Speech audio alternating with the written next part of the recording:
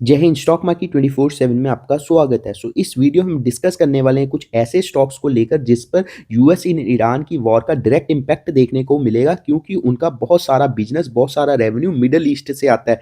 Start कर लेते हैं। तो सबसे पहले जो इंडस्ट्री पर इम्पैक्ट होगा वो है शिपिंग इंडस्ट्री, क्योंकि अगर आपको पता हो तो ईरान ने स्टेट ऑफ हॉर्मोज को बंद कर दिया, जिसके कारण इंपोर्ट एक्सपोर्ट में कमी देखने को मिलेगी। जब इंपोर्ट एक्सपोर्ट में गिरावट होगी तो पोर्ट के बिजनेस पर डायरेक्ट इम्पैक्ट पड़ेगा। इंडिया की second biggest port company JSW infrastructure को आप अपने रडार पे रख सकते हो। और दूसरा एक और इनके लिए नेगेटिव पॉइंट ये हो जाता है, इन्होंने अभी अभी ओमान पोर्ट में 51% का स्टेक खरीदा था और ओमान पर भी ईरान आजकल मिसाइलें दाग रहा है, जिसके लिए इनके लिए ये नेगेटिव हो जाता है। नेक्स्ट कंपनी है अडानी पोर्ट, जो कि इंडिया की बिगेस्ट पोर्ट कंपनी है।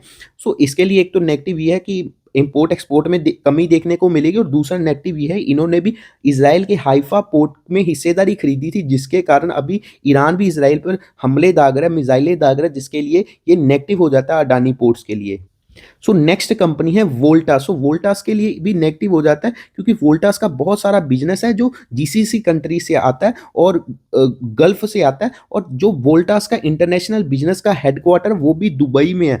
आप इसको अपने रडार पे रख सकते हो। और वोल्टास की बहुत बड़ी कंट्रीब्यूशन रही है बहुत बड़े बड़े प्रोजेक्ट्स में, जैसे कि बुर्ज खलीफा में, फरारी वर्ल्ड में। अगर आप गए हो कभी दुबई तो आपने देखा होगा फरारी वर्ल्ड और बुर्ज खलीफा में वोल्टास के लोगोज आपको हर जगह मिलेंगे। वोल्टास की बहुत बड़ी कंट्रीब्यूशन है, और वोल्टास के पास बहुत बड़े बड़े कॉन्ट्रैक्ट्स भी अभी पाइपलाइन में, क्योंकि गल्फ अभी जो जीसीसी कंट्रीज हैं, दुबई है, सऊदी अरबिया है, बहुत बड़े बड़े मॉल्स बना रहा है। नए मॉल्स में, एयरपोर्ट्स में जो वोल्टास की बहुत बड़ी कंट्रीब्यूशन है, इनको बहुत सारे कॉन्ट्रैक्ट्स मिले हुए हैं इलेक्ट्रिक, प्लम्बिंग और मैकेनिकल वर्क को लेकर। वोल्टास के लिए भी बहुत नुकसान वाली बात हो जाती है युद्ध।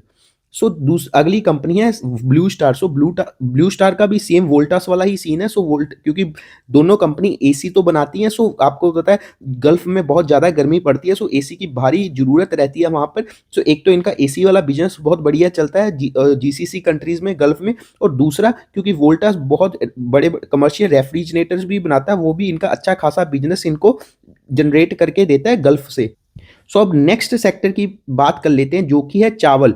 चावल वाली कंपनियों पर बहुत भारी गिरावट देखने को मिल सकती है मंडे के दिन, क्योंकि इनका बहुत सारा बिजनेस है वो सिर्फ गल्फ से ही आता है। अगर आप केआरबीएल पर नजर डालो ये बासमती ब्रांड का चावल भेजती है, और 61% टोटल एक्सपोर्ट इनका गल्फ मिडल ईस्ट से ही होता है। इनके लिए बहुत ही नेगेटिव खबर हो जाती है।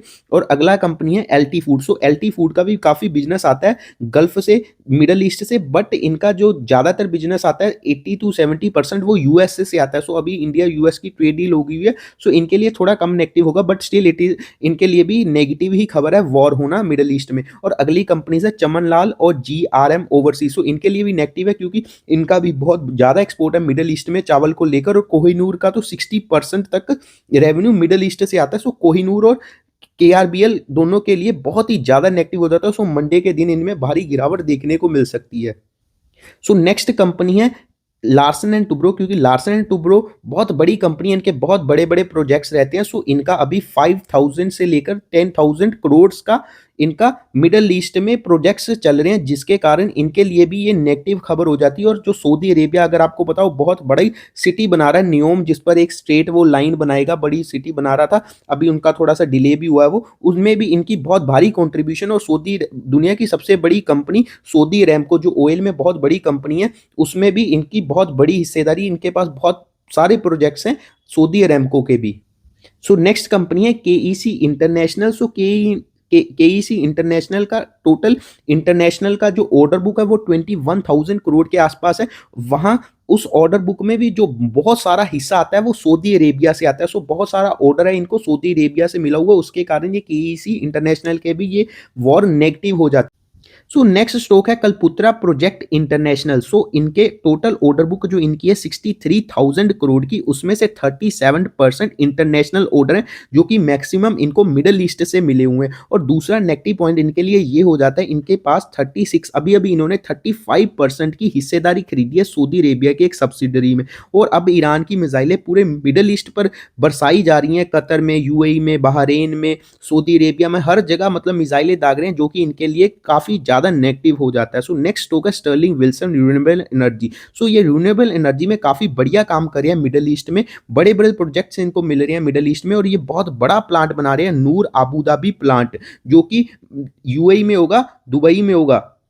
सो इनके लिए भी नेगेटिव खबर हो जाती है। सो नेक्स्ट स्टॉक है वेदांता। सो वेदांता जैसे आपको पता हो ऑयल एंड गैस सेक्टर में काम करता है।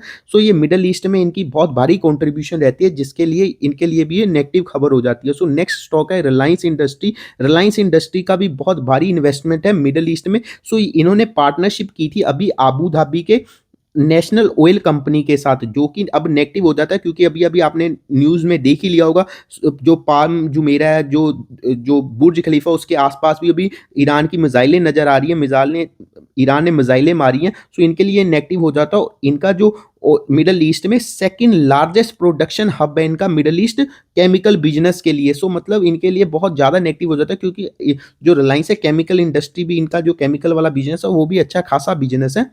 सो इनके लिए भी नेगेटिव खबर हो जाती है।